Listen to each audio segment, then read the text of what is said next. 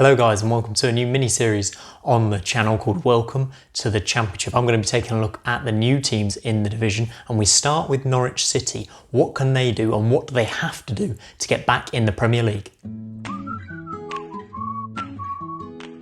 So we've known that Norwich City will be playing Championship football for some time now, and I'm sure Stuart and Daniel Farke will have been preparing for this for many months, knowing that relegation was coming, and they've now been relegated 5 times from the Premier League. That's a new record. That's quite an achievement for the Canaries. Not a record they want, but a record that they have got. Having said that, they're in a pretty good financial position heading into the Championship, having not spent any money really at all compared to their rivals last summer. Instead, what they did, they got their young players on long-term contracts, which could pay off for them big time this summer. So they are very stable, but we can expect exits from Carrow Road this summer. The likes of Emi Buendia, Max Aarons, Ben Godfrey, Todd Cantwell, Jamal Lewis, all probably going to leave, but that's going to bring in some epic income for the Canaries, a huge amount of money coming into their club's coffers. But what are they going to do with it? Stuart Webber, known for being shrewd, and Daniel Farke bringing in young players and then selling them on for a big fee. I mean, they're asking for 50 million, I think it is, for Ben Godfrey. Meanwhile, Emi Buendia, their best player, I think he could play at any level he wants to. So I'll be unsurprised to see him back in the Premier League next season, but they've got to reinvest wisely. They've already started doing that. They've bought a Danish midfielder, Sorensen. They've also bought Polish winger, sorry for this, Placheta, I think is how you pronounce it. He looks exciting. £3 million they spent on him, as well as Sam McCallum joining permanently from Coventry. They bought him in January. He's joined the club this summer, so that's good investment if Lewis leaves. And the last player they signed from Coventry turned out to be a pretty wise investment as well. James Maddison joined for about £3 million.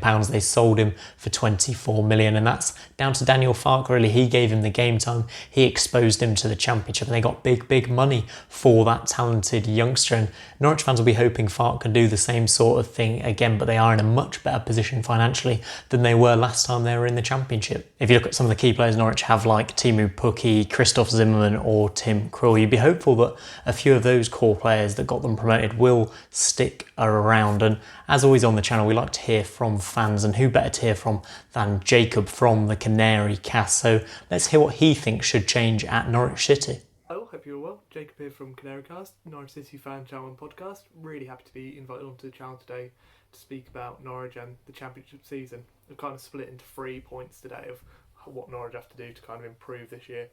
Number 1, set pieces. This year we've been dreadful from set pieces, especially defending them. We never really attack them well, never really defend them well, but this year's been dreadful. I think 12 directly from corners this year. We play a zonal marking system, which kind of leaves your best headers of the ball free to be able to go into the space and head it, but it's just not worked this year. You can ask any Norwich fan and that'll be their first point, that we just have to change that, because a little simple flick on at the near post means goal basically, which is just not good enough. Number 2, it's going to be transfers really. Who goes in, who comes out. We've always bought Placheta and Jacob Sorensen, one from a pacey winger from Poland and a central midfielder from Denmark. Could be very interesting to see how they both fit. Again, what Norwich's policy is kind of not luck, but kind of guesses in terms of, are these, they obviously scout the players, but are they going to be good enough in the Championship? Who knows? Some of the risks come off, some of them don't. This year in the Premier League, they just haven't. We didn't spend enough, and only Sam Byram can really come out with any kind of praise in terms of how he's done out of all of the signings we had. This year it will be interesting to see who leaves. Ben Godfrey touted, Todd Cantwell, Max Aarons, Jamal Lewis of just 4 who could go.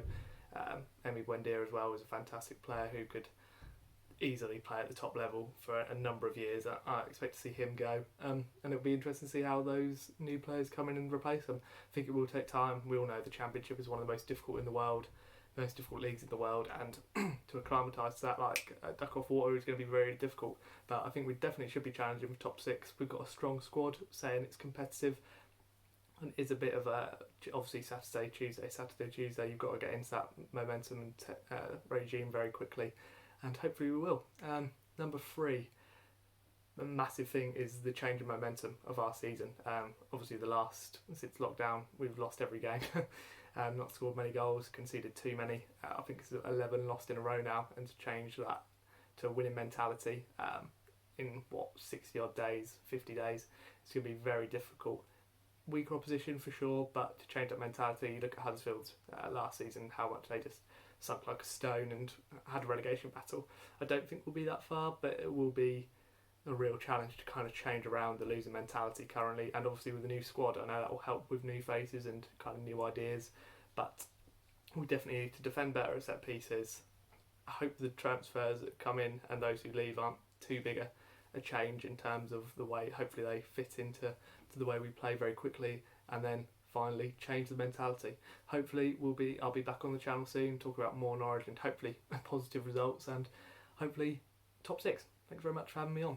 Thanks for that, Jacob, and I completely agree with your last point in particular. Daniel Farke needs to stop this losing mentality that has ingrained itself into Norwich in recent months. I mean, they've lost 11 games in a row. They lost 27 of their 38 Premier League games. That is awful. They conceded 75 goals and ended up with a goal difference of -49. It's so difficult to stop that rot. It really, really is. But Daniel Farke has avoided a lot of criticism, I think, this season. I mean, some pundits were saying this was the best team to ever finish bottom of the Premier League. I think that's absolute nonsense. He was at fault for quite a lot of it and he deserves some criticism. I mean, he dropped Emi Buendia for about 7 games in January or February. And when he's your best player, so influential, I think that is such a crime really from Daniel Farke. You've got to give yourself every chance of staying up, and I don't think he did that. His team selections at time were incredibly questionable. He wasn't playing the best players in the best position, and he stuck so rigidly to that 4-2-3-1, the system that worked in the Championship with the attacking fullbacks on either side, left them so exposed in the Premier League. All the Premier League teams would do is wait, defend solidly, and then wait for Norwich to make a mistake and exploit those gaps on the wings. And it worked every single time. I mean, if you lose 11 in a row, you need to change something. I know he had injuries and defensive problems with Zimmerman, Close and Godfrey all out at certain times of the season, but come on. You need to change something and do something different, play a different way. And as well as that, his signings in the season were really poor as well. You look at Andrzej Duda, I mean, I don't think I've ever seen a worse player in the Premier League. He was so bad. You look at Ralph Farman, he didn't make the impact everyone thought he would. Credit to Tim Krul for keeping his place, though he did play well. And Lucas Rupp didn't really improve the team either. He was a bit meh.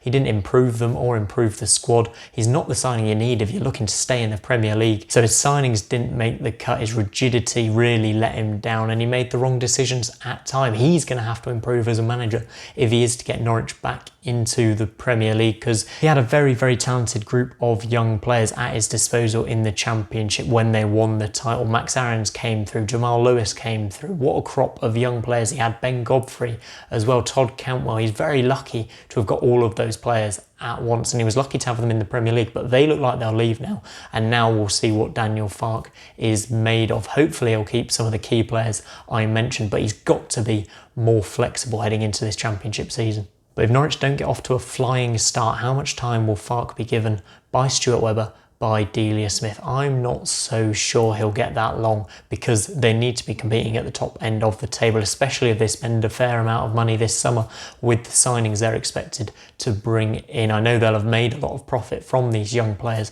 but if you're entrusting that money to Daniel Farke, he needs to produce, and I'm not sure he'll be able to be the man to turn this bad run of form around. For me, the biggest thing Norwich needs to change ahead of next season is the fact they have no leaders in that team and a real lack of fight or desire, it appears. I mean, Christoph Zimmerman, you can usually rely on that from him, but he was out for the majority of the season. Ben Godfrey's very young. Alex Tetty just looked like he doesn't have the legs anymore. He's getting on. Tim Krul is experienced at the back, but aside from that, you've got players who play nice football, but there's no leadership. There's not much fight either. They were very weak and very easy to beat in the Premier League. I want to see some experienced Championship players coming in and giving that team a bit of fight into the next season, because that's what they've been lacking, and they were so easy to beat. That needs to change. Importantly for Norwich, if they do get back into the Premier League, they need to change their signing strategy and start to invest in some top quality players, but that's for another time. For next season, I'm not sure the 5 subs rule will help them too much. I'm not sure they've got that squad depth. Of course, this has been recorded ahead of most of the transfer window,